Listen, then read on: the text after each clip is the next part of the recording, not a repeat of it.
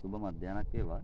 අප ආයතන විසින් පවත්වාගෙන යන මේ පෙරවගා ව්‍යාපෘතියේ නිවැරදි කප්පාදුවකින් පසුව අපි අස්වැනු නෙලීමේ කාලය පටන් අරන් තියෙනවා. එතකොට මේ කප්පාදුවෙන් පස්සේ අපි අස්වැන්න නෙලම ආරම්භ කරන අවස්ථාව. එතකොට අපි ගහකින් ගෙඩියක් කඩා ගන්නකොට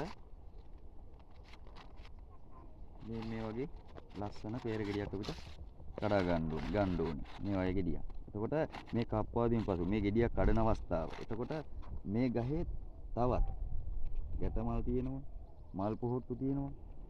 මේ සීලුම් වර්ග මේ ගහේ තියෙනවා. නිවැරදි කප්පාදුවක් තිබීම තමයි මේ හැම වෙලාවෙම මේ දරු ඵලයක් ගන්න අපිට පුළුවන්කමක් වෙලා තියෙනවා. එතකොට peer ගහේ කවදාවත් peer නැති වෙන්නේත් නැහැ.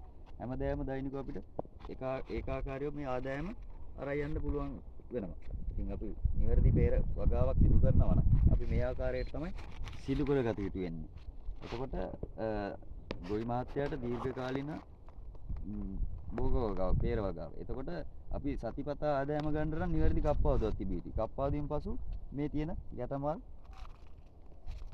මේ ගහේ ගත්තොත් එහෙම ගැටමල් 100ක් 150 තියෙනවා.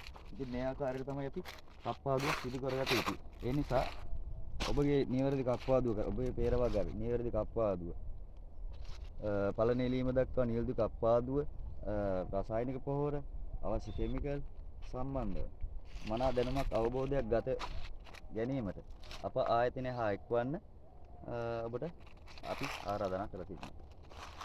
නිකන් පොඩ්ඩක් දාලා ගහන්න පිට ගන්න වීඩියෝ. මාව අහුණා නේද වීඩියෝ? අහුණා.